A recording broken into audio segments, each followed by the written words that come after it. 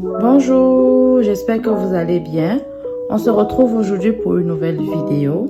Et dans cette vidéo, on va faire le budget de la deuxième paie du mois de janvier et aussi faire le remplissage de l'enveloppe défi $5. Alors, c'est parti. Bien, dans mon planificateur budgétaire, j'ai inscrit les revenus que j'ai reçus. Donc, j'ai reçu pour mon travail principal $1 825. OK, dans ma deuxième paie de janvier. Et pour mon side hustle de cette semaine, j'ai eu $225. Donc, en additionnant les deux revenus, j'obtiens $2050. Okay. Maintenant, la section charge. Comme charge, j'ai uniquement le loyer à retirer de cette paie. Mon loyer est dû au 1er février et il est de 1650. Donc, je suis payée 2 fois par semaine. Et généralement, ma première paye couvre toutes mes charges. Mais la deuxième paye, maintenant, elle va couvrir le loyer. Et c'est comme ça que j'ai essayé de repartir mes finances. Donc, je déduis maintenant $1650 de 2050. Il me reste $400 à couvrir. Bien. Allons à la section dette maintenant. Section dette, j'ai le prêt étudiant que je rembourse chaque mois et la date due est le 31 janvier. Et il est de $302 que je rembourse $302 plutôt, que je rembourse chaque mois. Donc, généralement, de mon side hustle, je vais retirer $80 chaque semaine et à la dernière semaine je vais comme retirer $60 pour que ça me couvre les $300 et puis il va rester $2 que je laisse généralement dans mon compte pour couvrir ce prêt étudiant là. Donc des $400, donc comme dette j'ai $80 pour le prêt étudiant. Ma carte de crédit Mastercard $38. Ma carte de crédit Mastercard, c'est celle que j'utilise pour mes dépenses quotidiennes. Je ne mets pas les dépenses quotidiennes dans les enveloppes. Donc, les dépenses quotidiennes, c'est l'alimentation, le gaz et tout ce qui porte comme des dépenses pour la semaine. Donc, j'utilise ma Mastercard pour ça et je me budgétise environ $200 pour les 2 semaines. OK? Je suis allée au-delà de $200, donc j'ai dépassé de $38 et c'est pourquoi je rembourse en surplus. Ensuite, ma carte de crédit Visa, $57. Donc, j'ai beaucoup dépensé parce que j'ai fait mon cahier d'organisation du budget mensuel. Donc, il fallait imprimer et puis photocopier en couleur, mettre la reliure, tout ça. Et ça a coûté plus que prévu. Donc, j'ai utilisé ma carte de crédit pour ça.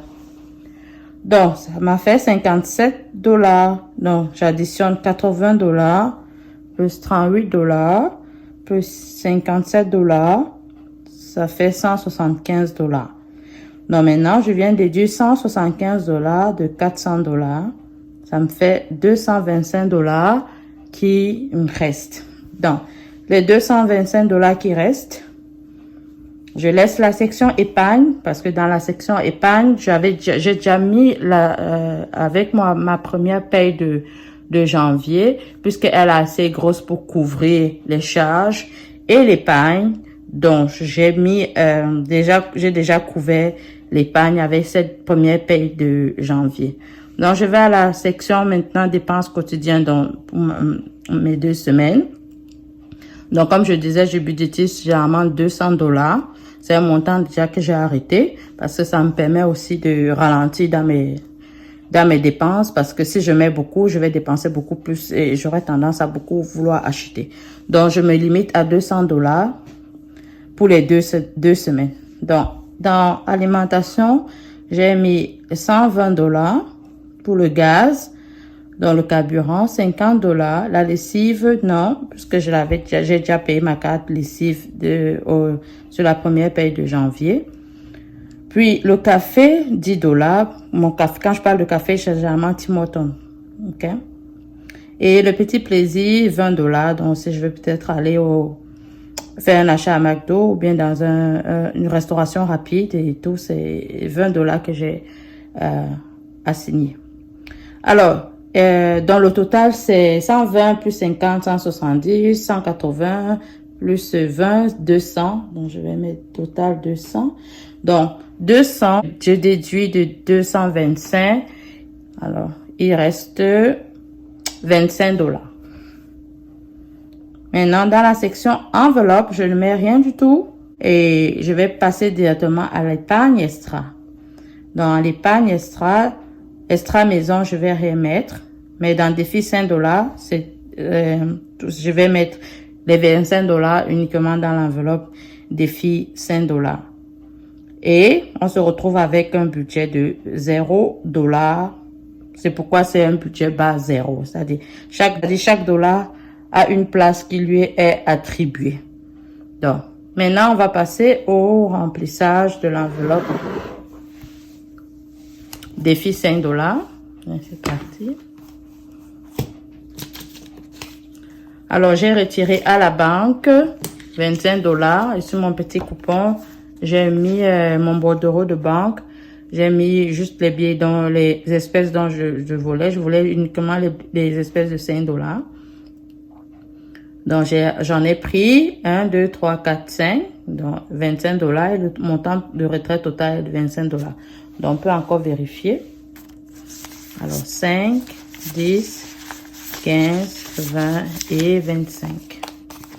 Alors, on y va.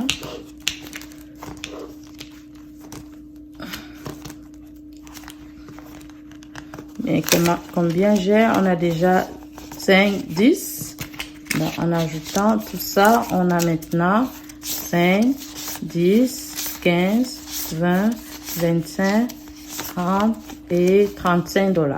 35 $ dans l'enveloppe des filles, c'est déjà bien.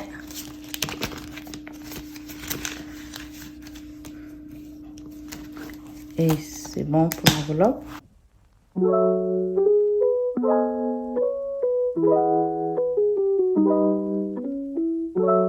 Maintenant, je vais colorier les 25 $ que j'ai mis dans mon enveloppe défi 5 $. Okay.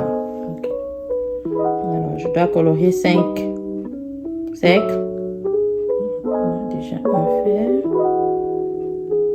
J'avais déjà colorié celui des deux premiers 5 $. Donc, là, on a déjà 15 $. Ensuite, je vais colorier le deuxième sec.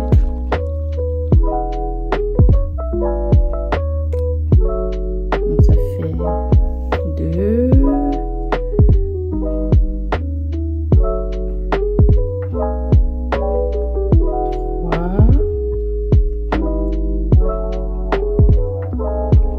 Et donc là, ça va faire 20, 4.